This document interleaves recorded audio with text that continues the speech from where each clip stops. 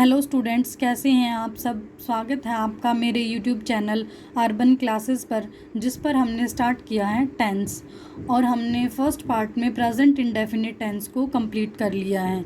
तो next one is present continuous tense. इसकी हम हिंदी में पहचान कैसे करते हैं। जिस भी वाक्य के अंत में हमें क्या मिले, रहा है, रहे हैं, रही है मिले, इसका मतलब वो हमारा प्रेजेंट कॉन्टिन्यूअस टेंस है। जैसे कि हम पढ़ रहे हैं, तो इसका मतलब ये हमारा कॉन्टिन्यूअस टेंस है। अब कॉन्टिन्यूअस टेंस की पहचान के लिए हमने सबसे पहले पढ़ा था कि मेन वर्ब की फर्स्ट फॉर्म के साथ अगर आईएनजी है तो इसका मतलब वो कॉन्टिन्यूअस है। हम यहाँ बात कर रहे हैं प्रेजेंट कॉन्टिन्यूअस टेंस की। तो इसकी पहचान क्या है। इसकी हेल्पिंग वर्ब इज, एम और आर। और इज का यूज़ हम हमेशा सिंगुलर के साथ करते हैं और प्लूरल के साथ हम हमेशा आर का यूज़ करते हैं और आई के साथ हम हमेशा एम का यूज़ करेंगे। अब हम देखेंगे अफर्मेटिव में सेंटेंस स्ट्रक्चर। सबसे पहले सब्जेक्ट, उसके बाद इज़, एम या फिर आर, उसके बाद जैसे कि कंटिन्यूअस में करते हैं मेन वर्ब की फर्स्ट फॉर्म के साथ आईएनजी और लास्ट में ऑब्जेक्ट। जैसे कि एग्जाम्पल में दिया हुआ है, मैं बाज़ार जा रहा हूँ। यहाँ पर आई क्या है, सब्जेक्ट, और इसके साथ हम हमेशा किसका यूज़ करेंगे, एम का। तो I M. Next one is जाना, यानी कि वर्ब की फर्स्ट फॉर्म के साथ आई एन जी, यानी कि going. Next one is object मतलब मार्केट, तो I am going to market. Next है हम स्कूल जा रहे हैं। यहाँ पर वी क्या है, प्लूरल, तो इसके साथ हम आर का यूज़ करेंगे, we are. Next one is verb की फर्स्ट फॉर्म के साथ आई एन जी, यानी कि गोइंग टू स्कूल। अब हम नेगेटिव में सेंटेंस स्ट्रक्चर देखेंगे। नेगेटिव में सेंटेंस स्ट्रक्चर क्या है, इसमें सिर्फ नोट ऐड हो जाएगा। सब्जेक्ट, उसके बाद इज, एम, आर, और यहाँ पर वर्ब की फर्स्ट फॉर्म के साथ आई एन जी, उससे पहले हम नोट को ऐड करेंगे। नोट प्लस मेन वर्ब की फर्स्ट फॉर्म के साथ I N G plus object. जैसे कि मैं पत्थर नहीं लिख रहा हूँ, तो यहाँ पर आई के साथ हम हमेशा किसका यूज़ करेंगे, एम का। और उसके बाद हम किसका यूज़ करते हैं नेगेटिव में, नोट का, तो आई एम नोट। इसके बाद मेन वर्ब के साथ आई एन जी यानी कि राइटिंग, उसके बाद ऑब्जेक्ट लेटर, तो I am not writing a letter. Next है वह गाना नहीं गा रही है, तो यहाँ पर वह क्या है, शी सिंगुलर है, इसके साथ हम इज़ का यूज़ करेंगे, तो शी इज़। इसके बाद नेगेटिव है तो नोट, उसके बाद मेन वर्ब के साथ आई एन जी यानी कि सिंगिंग ए सॉन्ग। अब हम देखेंगे अब इंटेरोगेटिव। इंटेरोगेटिव का सेंटेंस स्ट्रक्चर क्या है, इसमें मैंने बताया था सबसे पहले हम किसका यूज़ करते हैं, हेल्पिंग वर्ब्स का। तो यहाँ पर हेल्पिंग वर्ब क्या है प्रेजेंट कॉन्टिन्यूअस में, इज, एम और आर। तो उसके बाद सब्जेक्ट का यूज़ करेंगे, उसके बाद मेन वर्ब की फर्स्ट फॉर्म के साथ आई एन जी, उसके बाद ऑब्जेक्ट और लास्ट में मार्क ऑफ इंटेरोगेशन।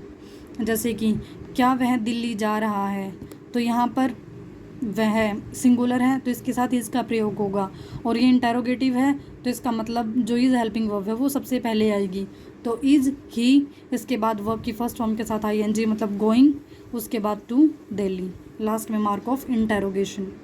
नेक्स्ट है क्या तुम स्कूल नहीं जा रहे हो, इसका मतलब यहाँ पर किसका यूज़ है, तुम, तो ये प्लूरल है, इसके साथ हम आर का यूज़ करेंगे, और ये इंटेरोगेटिव है से सबसे पहले हेल्पिंग वर्ब आर आएगी, उसके बाद सब्जेक्ट आएगा, उसके बाद not, going to school, last में मार्क ऑफ इंटेरोगेशन।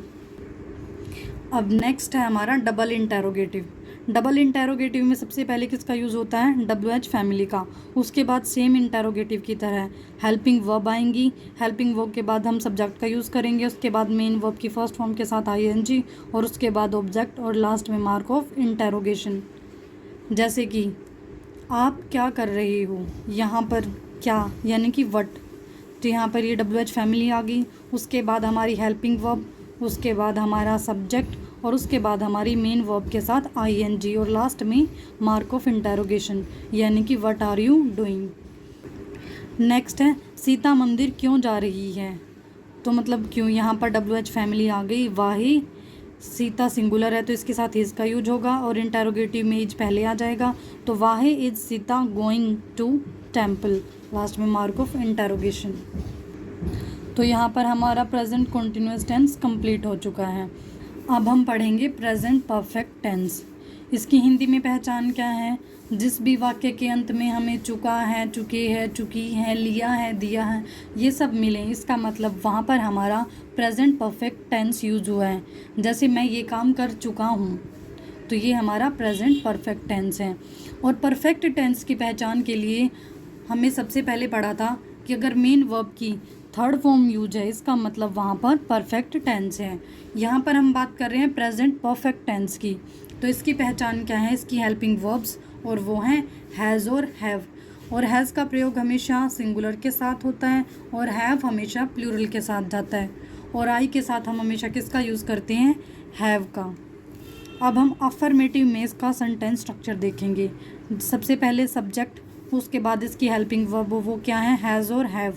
उसके बाद ये परफेक्ट है तो मेन वर्ब की थर्ड फॉर्म, और लास्ट में ऑब्जेक्ट। जैसे कि हम उससे मिल चुके हैं लास्ट में आ गया, इसका मतलब ये परफेक्ट टेंस है। यहाँ पर वी क्या है, प्लूरल है, और प्लूरल के साथ हम हमेशा हैव का यूज़ करते हैं। तो वी हैव, उसके बाद वर्ब थर्ड यानी कि मेट, लास्ट में ऑब्जेक्ट यानी कि हिम। तो हम उसे मिल चुके हैं मतलब we have met him. Next है भारत मैच जीत चुका है इसका मतलब परफेक्ट टेंस है। और यहाँ पर जीतना वर्ब है और इसकी थर्ड फॉर्म होगी वोन। और यहाँ पर इंडिया क्या है हमारा सब्जेक्ट, और इसके साथ हम किसका यूज़ करेंगे, हैज़ का। तो इंडिया हैज़ वर्ब थर्ड यानी कि वॉन, इसके बाद ऑब्जेक्ट यानी कि the match, India has won the match. अब हम नेगेटिव का सेंटेंस स्ट्रक्चर पढ़ेंगे। सबसे पहले सब्जेक्ट, उसके बाद हैज़ और हैव, और इसके बाद हम किसका यूज़ करेंगे, नोट का, क्योंकि ये नेगेटिव है। उसके बाद मेन वर्ब की थर्ड फॉर्म, उसके बाद ऑब्जेक्ट। जैसे कि मैंने कुछ गलत नहीं किया है, यहाँ पर आई के साथ हम हमेशा हैव का यूज़ करते हैं। तो आई हैव, उसके बाद नेगेटिव है तो नोट, उसके बाद वर्ब थर्ड यानी कि डन, उसके बाद ऑब्जेक्ट यानी कि anything wrong. I have not done anything wrong, यानी कि मैंने कुछ गलत नहीं किया है। उसके बाद है उसने गाना नहीं गाया है, यहाँ पर उसने मतलब ही या शी भी लेकर चल सकते हैं हम, उसने गाना नहीं गाया। तो ही और शी दोनों क्या है, सिंगुलर हैं, उनके साथ हम हैज़ का यूज़ करेंगे। तो ही हैज़, उसके बाद नेगेटिव है तो नॉट, उसके बाद वर्ब थर्ड यानी कि संग, उसके बाद ऑब्जेक्ट यानी कि सॉन्ग। तो ही हैज़ नॉट संग ए सॉन्ग, उसने गाना नहीं गाया है। नेक्स्ट है इंटेरोगेटिव। इंटेरोगेटिव में हम हेल्पिंग वर्ब सबसे पहले यूज़ करते हैं यानी कि हैज़ और हैव, उसके बाद सब्जेक्ट, उसके बाद मेन वर्ब की थर्ड फॉर्म, उसके बाद ऑब्जेक्ट, और लास्ट में हम यूज़ करेंगे मार्क ऑफ इंटेरोगेशन। जैसे कि क्या तुम खाना खा चुके हो, यहाँ पर लास्ट में क्या है, चुके हो। तो ये हमारी किसकी पहचान है, परफेक्ट टेंस की पहचान है। तो क्या तुम खाना खा चुके हो, इसे हम अगर हम ट्रांसलेट करेंगे तो सबसे पहले हेल्पिंग वर्ब यानी कि हैव, उसके बाद हमारा सब्जेक्ट यानी कि यू, इसके बाद वर्ब थर्ड यानी कि ईटन, उसके बाद येट यानी कि ऑब्जेक्ट, लास्ट में मार्क ऑफ इंटेरोगेशन। जैसे कि क्या वह जा चुकी है, यहाँ पर वह शी, ये क्या है, सिंगुलर है, तो इसके साथ हेल्पिंग वर्ब हम हैज़ का यूज़ करेंगे। और ये इंटेरोगेटिव है तो हेल्पिंग वर्ब सबसे पहले आएगी। तो हैज़ शी वर्ब थर्ड यानी कि गॉन, लास्ट में क्वेश्चन मार्क। नेक्स्ट है डबल इंटेरोगेटिव। इसमें क्या होता है, इसमें सिर्फ सबसे पहले WH फैमिली का यूज़ करते हैं, बाकी ये सेम इंटेरोगेटिव की तरह होता है।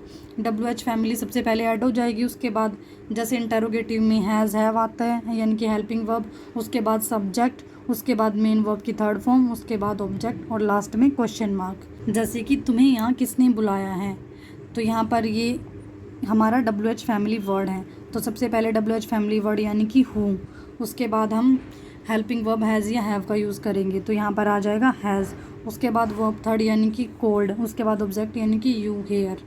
तो who has called you here मतलब तुम्हें यहाँ किसने बुलाया है। नेक्स्ट है वह क्यों आया है, यहाँ पर क्यों हमारा WH फैमिली वर्ड है यानी कि वाहे, और इसके बाद हैज़ ही हमारा सिंगुलर है इसके साथ, इसलिए हमने हैज़ का यूज़ किया है, और ये इंटेरोगेटिव है इसलिए हेल्पिंग वर्ब पहले आ गई। तो वाहे हैज़ ही, इसके बाद वर्ब थर्ड मतलब कॉम, लास्ट में मार्क ऑफ इंटेरोगेशन। तो आज हमने प्रेजेंट कॉन्टिन्यूअस और प्रेजेंट परफेक्ट टेंस को कंप्लीट कर लिया है। उम्मीद है कि आपको अच्छे से समझ आ गया होगा। Thank you.